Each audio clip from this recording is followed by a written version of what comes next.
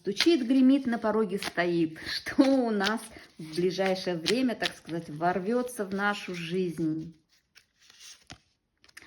А посмотрите, а у нас карта Отшельник, а ведь это у нас, да, одиночество, возможно, для кого-то, но это мудрость, это интуиция, которая будет кричать вам на всех углах, что вам делать, да.